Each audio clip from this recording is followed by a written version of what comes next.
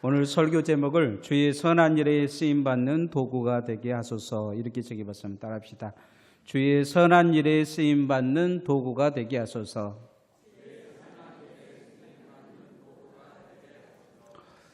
어느 주일학교 전도사님이 예수님을 믿으면 다 천국 간다고, 여러분은 예수 믿어서 다 천국 갈 수 있다고 이렇게 아이들에게 가르쳐 줬습니다.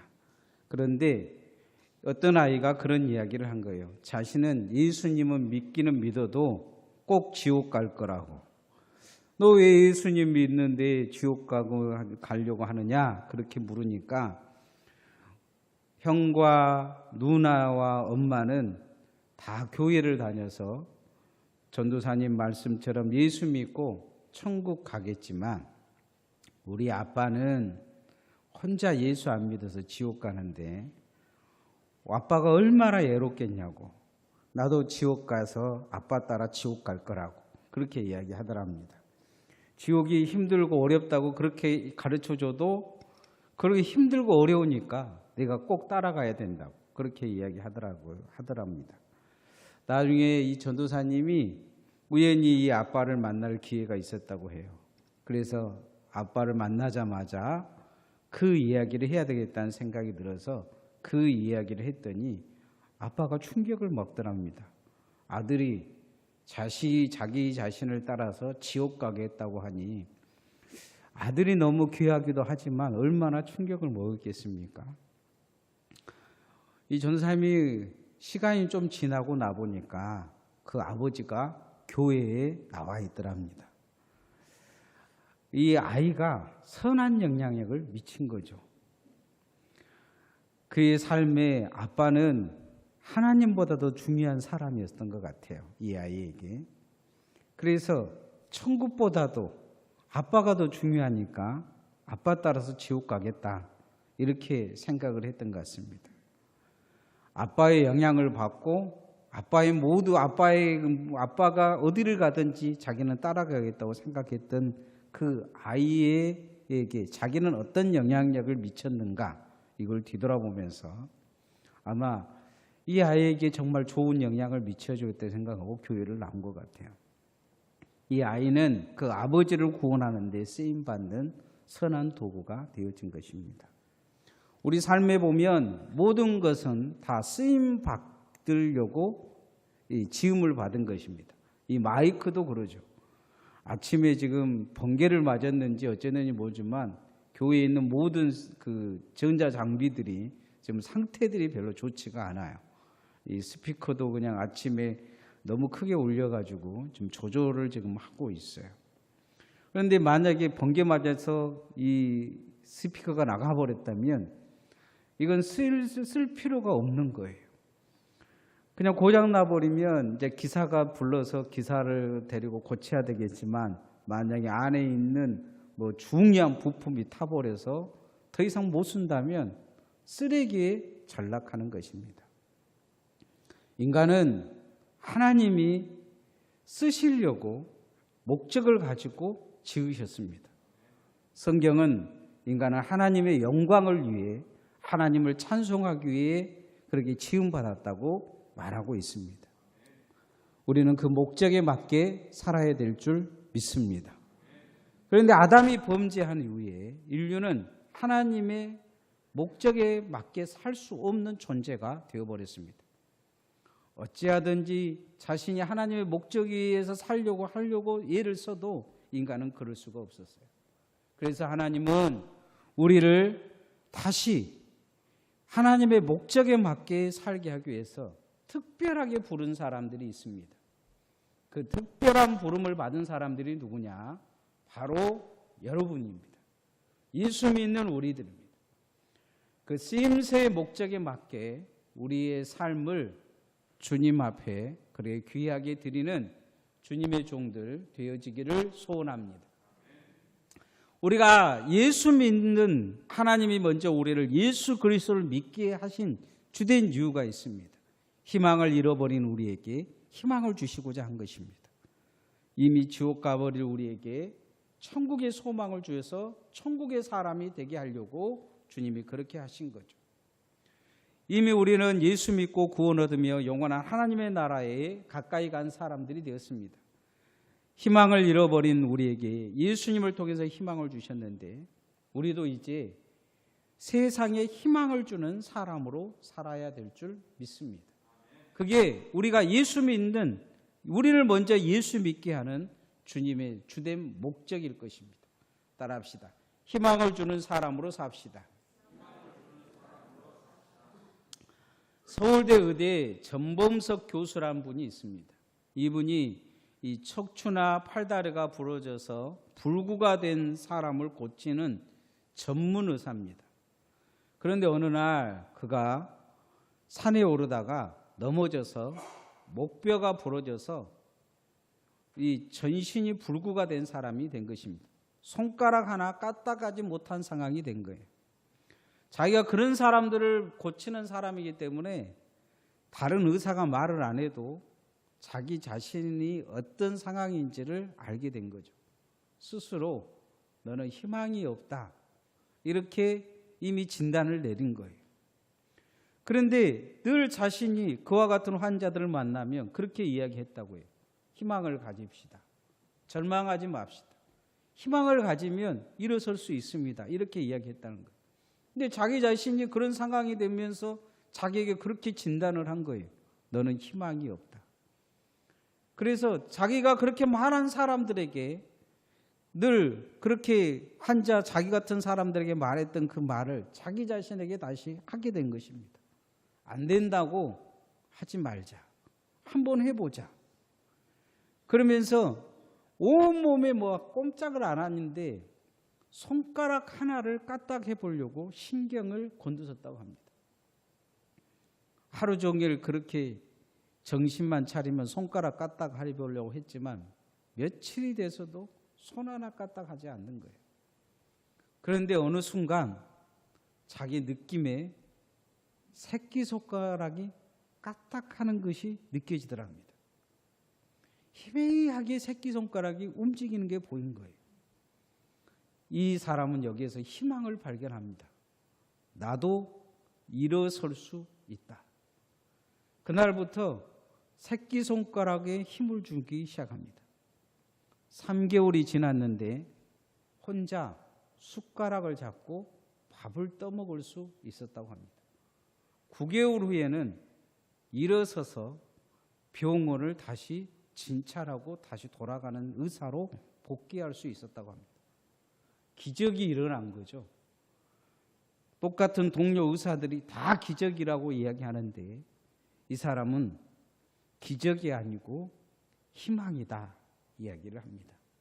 절망할 수밖에 없는 상황에 하나님이 자신을 희망의 사람으로 불러줬다는 거예요. 그래서 전에는 그렇게 불구인 사람에게 희망이 있다, 일어설 수 있다 이야기했는데 그 사람들이 무슨 희망이냐, 니는 내 같은 고통을 겪어보지 않지 않았냐 이렇게 이야기할 수 있겠지만 이제 완전 불구에서 전신마비에서 그가 일어섰기 때문에 사람들에게 절망하지 말자, 희망을 갖자 이야기하면 모든 사람들이 그 희망을 발견할 수 있었다는 거죠. 오늘 바울 사도는 우리가 과거에 희망이 없는 사람이었다고 말하고 있습니다. 희망이 없다. 세상 사람들도 예수 믿으면 천국 간다 이야기하면 뭐 예수 믿어서 천국 가냐 이야기하죠. 그 사람들에게는 희망이 없기 때문이죠. 천국 갈 가능성을 그들은 발견하지 못한 것입니다. 인간은 희망을 품어야 희망을 향해 갈 수 있습니다. 희망의 사람이 인도해 줘야 그 희망을 따라갈 수가 있습니다. 우리를 누가 희망의 사람으로 만들어줬느냐? 예수 그리스도가 우리를 희망의 사람으로, 희망으로 인도하고 계셨다는 거죠. 이제 우리도 그런 희망의 사람이 되어져야 될 것입니다. 에베소서 2장 12절 말씀 한번 읽어보십시다. 시작. 그때 너희는 그리스도 밖에 있었고 이스라엘 나라 밖의 사람이라. 약속의 언약들에 대하여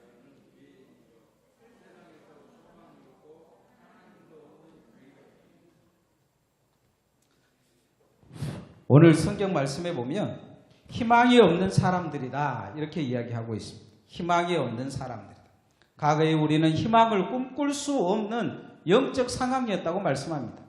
그러나 이제 예수 안에 우리는 희망의 사람이 됐다. 이렇게 말씀합니다.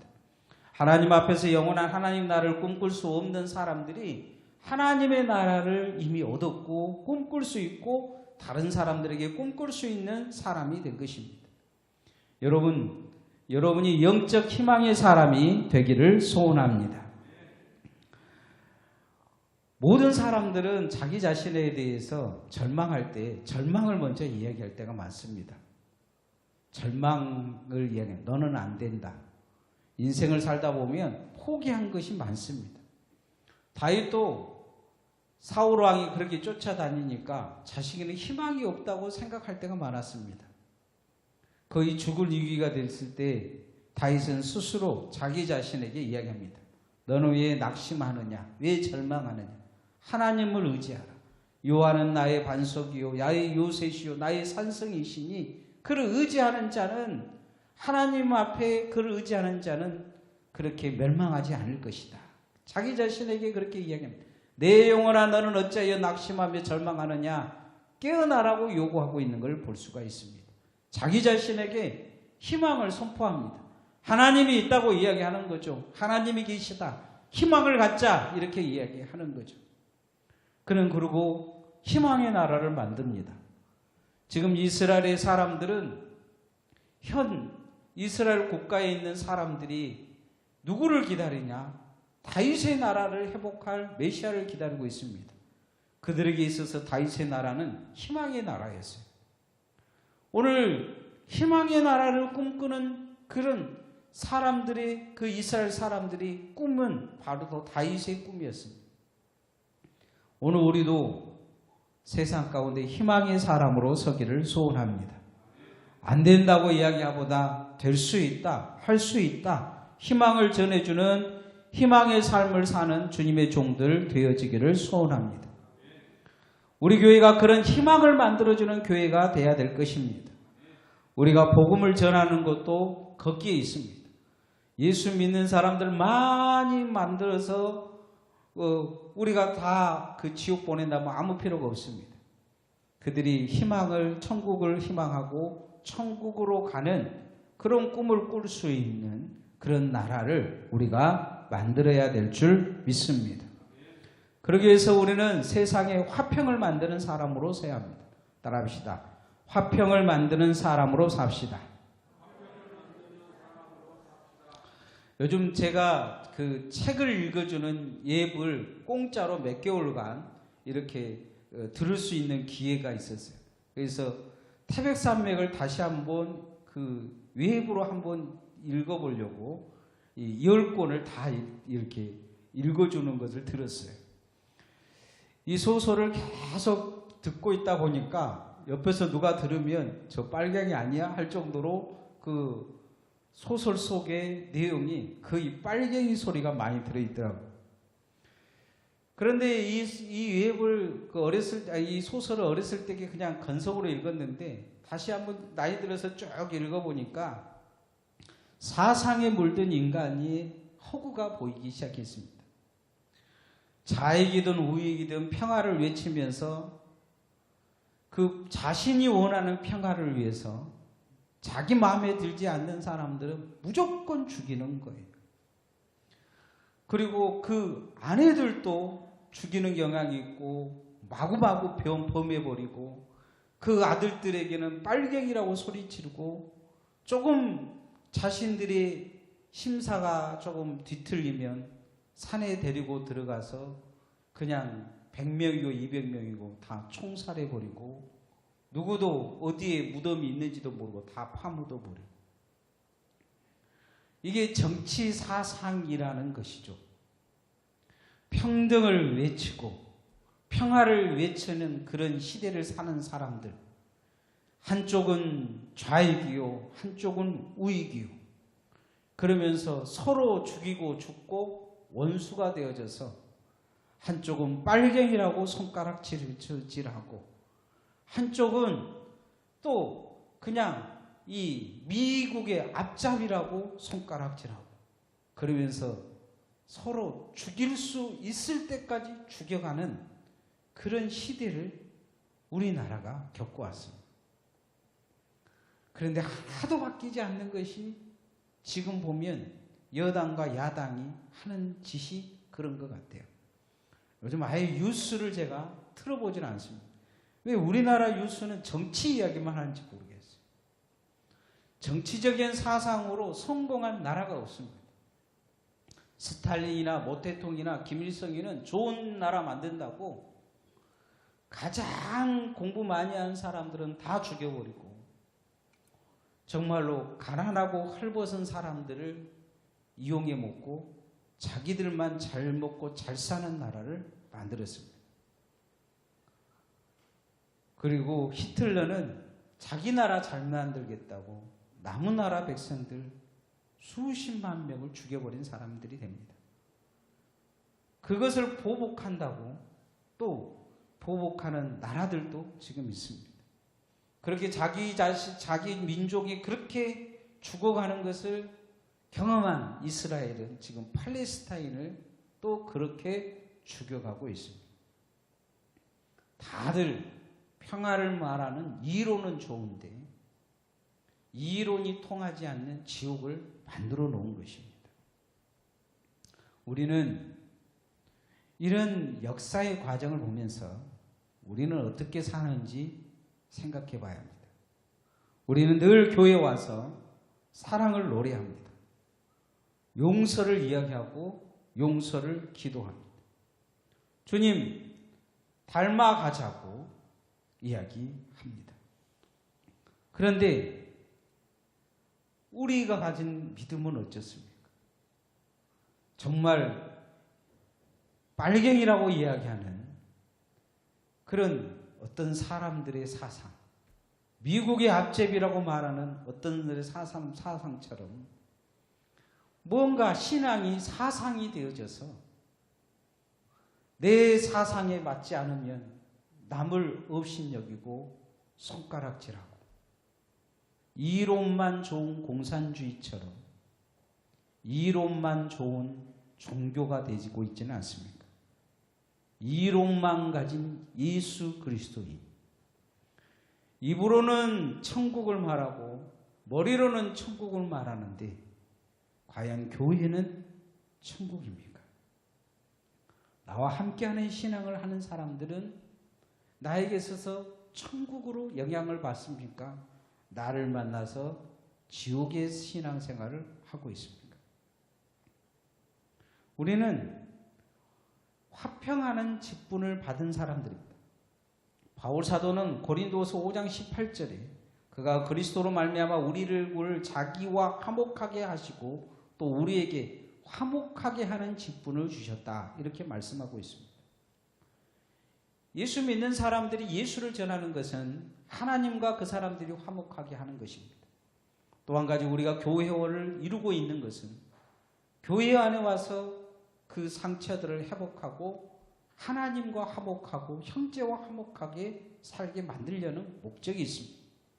예수님은 이 땅에 오셔서 그 화목하게 하는 역할을 잘 감당하셨다, 이렇게 말씀합니다. 에베소서 2장 15절 말씀 한번 같이 읽어보십시다.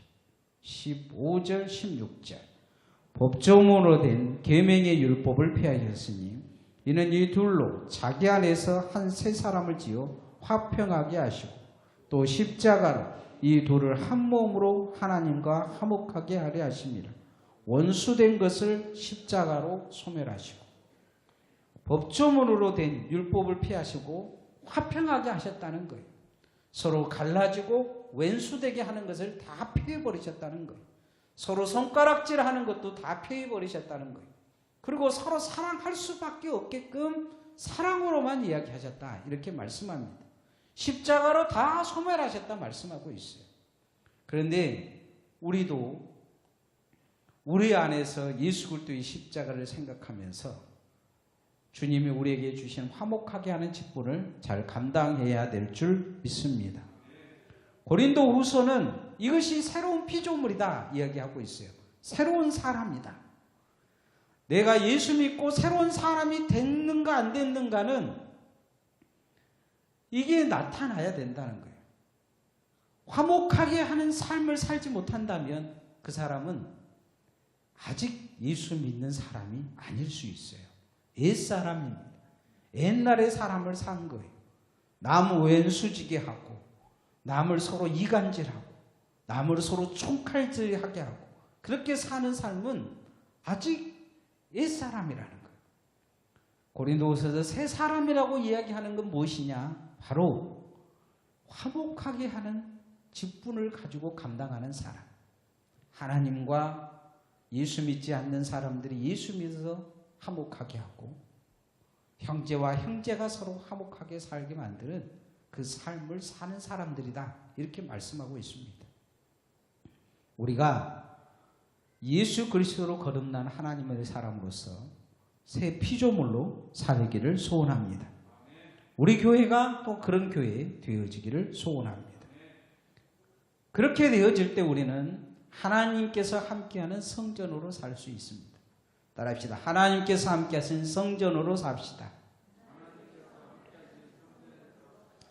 예수님께서 십자가를 지시러 예루살렘에 방문하셨을 때 제자들이 그 성전을 보고 자랑합니다. 당시에 헤롯 선지자니 헤롯이 하얀 대리석을 가지고 성전을 리모델링하고 있었어요. 그래서 동쪽에서 햇빛이 비치면 이 하얀 대리석에 햇빛이 비쳐가지고 황금처럼 보였습니다. 아마 그럴 때 있었던 것 같아요. 제자들이 그래요. 이야, 예쁘다, 아름답다, 성전이. 그러면 예수님께 이야기합니다. 저 성전 보십시오. 얼마나 아름답습니까? 그러자 예수님이 대뜸 하신 말씀이, 이 성전에 있는 돌들이 하나도 남지 않고 돌들 위에 돌들도 다 무너지리라 이야기를 하십니다. 제자들은 깜짝 놀라죠. 예수님은 46년간 흰 대리석을 리모델링하고 있는 그 성전을 보면서 그 성전이 성전이냐 지금 그러신 거죠. 무너져야 될 성전이다 이야기하죠. 예수님의 공생의 초기에도 그랬지만 마지막 십자가 지기 전에도 성전을 청결한 사건이 나타납니다. 성전의 앞에서 채찍을 들고 다 쫓아내시죠. 돈 바꾸고 장사하는 사람들을 성전에 쫓아내는 일이 있습니다. 예수님이 무너뜨리라 내가 사흘 만에 다시 지리라 그러니까 사람들이 조롱합니다. 46년간 아직도 공사를 했는데 못 지었는데 네가 어떻게 한다고? 우리는 돈이 없어서 아직 못하고 있다. 이렇게 이야기를 하는 거죠. 예수님은 내 성전은 기도하는 만민이 와서 기도하는 집이다 말씀합니다. 성전은 어떤 곳입니까? 누구나 와서 예배하며 기도하며 하나님을 사랑하고 하나님께 기도하는 공간이 되어야 됩니다. 그런데 예수님의 시대의 성전은 그러지 않았습니다. 성전에 가면 차별이 있었어요. 차별이. 성전은 아무나 못 들어가게 했어요. 심지어 유대인들도 차별했어요. 돈 있는 사람들이 앉은 자리와 돈 없는 사람들이 앉은 자리가 달랐어요. 돈 있는 사람들이 가면 새치기처럼 먼저 애물을 하나님 앞에 번제로 드릴 수 있었어요. 뭔가 불공평한 거죠. 공평이 없는 거예요. 그 제사장들도 제사장들이 되기 위해서 돈을 써야 했어요. 그리고 그 제사장들은 헤롯에게 또 아부하려고 뇌물을 줘야 됐어요. 뇌물이 아니면 통하지 않는 성전. 그들이 예배 한 번 드리려고 해도 먼저 드리려고 뇌물을 주고 인간관계를 이용하고, 그렇게 누가 먼저 높은 자리에 앉으냐, 성전에 있는 그 몇몇 의자에 앉으려고 애를 쓰고, 그 자리에 앉으려고 수단과 방법을 가리지 않고 있는 자들은 모함에서 끌어내리고 없는 자들은 그 자리에다가 오르려고 뇌물을 갖다 부으고, 그 뇌물을 만들기 위해서 성전 앞에 장사를 하면서 그 장사를 하기 위해서 조폭들과 힘 있는 사람들을 거느리고 서로 그 자리 다툼을 위해서 싸우고 치고받고, 그게 성전이냐 주님이 말씀하시는 거죠. 바울 사도는 우리가 하나님의 선한 도구가 되기 위해 바른 성전, 서로가 성전으로 세워져 가는 성전, 그런 성전으로 지어져 가라 말씀하고 있습니다. 에베소서 2장 21절 22절 한번 읽어보십시다. 시작. 그 안에서 건물마다 서로 연결하여 주 안에서 성전이 되어가고 너희도 성령 안에서 하나님의 거주하실 초소가 되기 위하여 예수 안에서 함께 지어져 가느니라. 서로 성전, 주 안에서 성전이 되어져 가는데 연결해서 되어져 간다는 거예요. 너희가 하나님의 성전인 것과 하나님의 성령이 너 안에 거하신 걸 알지 못하느냐, 그런 말씀만 들으면 성전은 단수인 것 같아요. 그러나 오늘 성경 말씀은 교회가 성전이라는 거예요. 그리고 교회가 성전될 때 개인이 성전될 수 있어요. 함께 지어져 간다 말씀하고 있어요. 서로 연결되어서 지어간다 말씀하고 있어요. 자, 옆 사람은 손 한번 잡아보시죠. 잡을 수 있는 사람만. 이게 성전.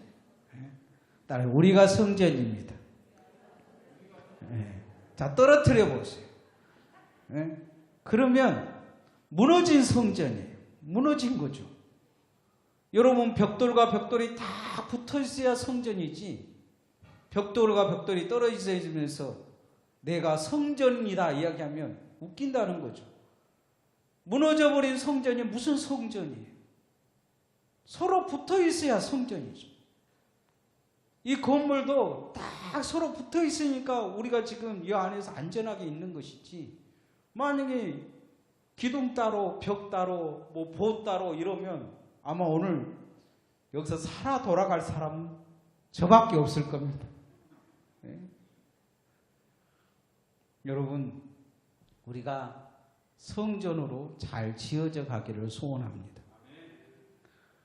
우리가 모르는 한 가지 비밀, 그것은 서로 성전이 되지 못하면 성전 안에서 죽는다는 것입니다. 대부분의 신앙생활을 해서 예수 믿는 사람들이 많아요. 그러나 교회에 와서 교회 밖으로 떠나간 사람들이 엄청나게 많습니다. 교회 안에서 다 죽어서 간 거죠. 누가 죽였습니까? 자기가 자살해 죽었습니까? 교회 안에는 우리가 죽여서 보낸 것입니다. 우리는 그것을 기억하고 회개해야 합니다. 우리 교회가 함께 잘 지어져 가기를 소원합니다. 바울 사도는 주의 선한 일에 쓰임받는 도구가 되게 해달라 이렇게 말씀하고 있습니다. 우리가 주의 쓰임받는 도구가 되기 위해서는 내가 먼저 예수 그리스도 안에서 희망을 주는 사람으로 서야 합니다. 우리 교회가 희망의 교회가 돼야 될 줄 믿습니다. 복음을 전하고 다른 사람에게도 절망을 가져다 주는 사람보다 내가 이 교회에 다녀야 되겠다, 내가 예수 믿어야 되겠다, 내가 주님 따라가야 되겠다, 그렇게 희망을 줄 수 있는 희망의 사람들 되어지기를 소원합니다. 우리는 화평의 도구가 되어져야 됩니다. 어찌하든지 나의 욕망과 나의 욕심과 나의 자랑을 꺾고 겸손히 주님 앞에 나를 낮추면서 주님이 화목하게 하는 직분을 내게 주셨는데 그 화목하게 직분을 잘 감당하기를 소원합니다. 마지막으로 주의 성전을 잘 지어가십시다. 이 예배당 지은 것도 힘들지만 교회다운 교회 만들기가 힘들어요. 성전으로 잘 지어져 가야 됩니다. 혼자 있으면 죽습니다. 그건 성전이 아니에요. 그냥 성전에서 떨어진 벽돌이나 다름이 없습니다. 함께 잘 지어져 갈 때 성전이 됩니다. 성전은 예배와 기도가 살아있어야 합니다. 교회에서 가장 큰 봉사는 제가 늘 강조하지만 주님 앞에 예배를 빼먹지 않는 것입니다. 교회에 1년에 1억을 헌금을 하든지 한 달에 1억씩 헌금해도 여러분이 예배를 제대로 드리지 않냐면 그건 성전을 무너뜨리는 거나 다름이 없습니다.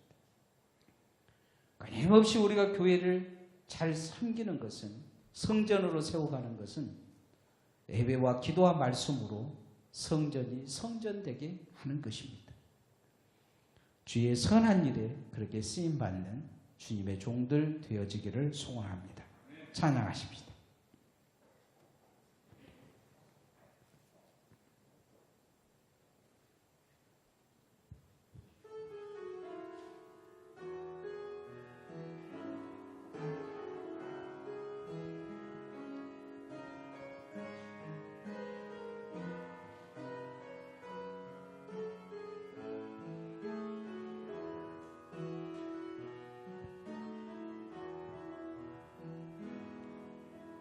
이 세상을 살아가는 동안에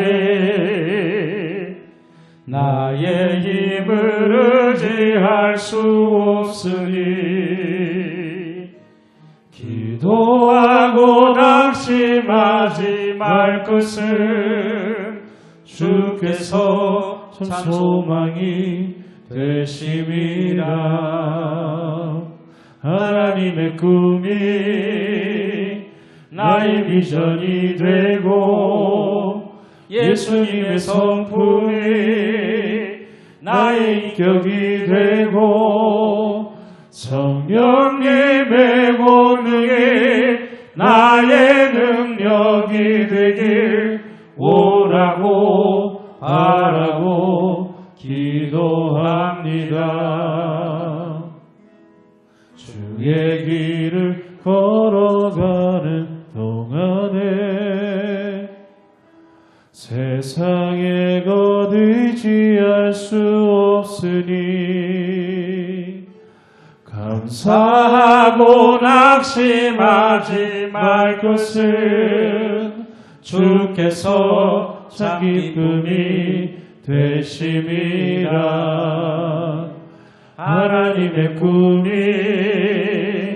나의 비전이 되고 예수님의 성품이 나의 인격이 되고 성령님의 권능이 나의 능력이 되길 원하고 바라고 기도합니다. 기도하십시다. 하나님 감사합니다. 주께서 인도하여 주셔서 오늘도 하나님 앞에 예배로 가까이 나오게 하심을 감사합니다. 우리를 쓰시려고 주님께서 먼저 우리를 예수 믿게 하셨는데 우리가 주님의 사람으로 평화를 만들고 희망을 만들어주며 화평의 사람이 되고 주의 성전을 잘 세워가서 이 땅에 많은 사람들이 예수 믿고 구원받는 은혜가 있게 하시며 주님 앞에 서서 하늘의 별과 같은 사람들로 주님의 증인들로 설 수 있도록 우리 모든 성도들을 축복하여 주옵소서. 드려진 예물에 하나님 함께 하셔서 물질이 없어서 궁핍하지 않게 하시고 저들의 가정과 직장과 자녀 손들 위에 복의 복을 더하여 주옵소서. 몸이 약한 성도들 많습니다. 주의 은혜로 치유하시고 주의 능력의 권능으로 역사하여 주셔서 강건케 하여 주옵소서. 감사하며 예수님의 이름으로 기도합니다.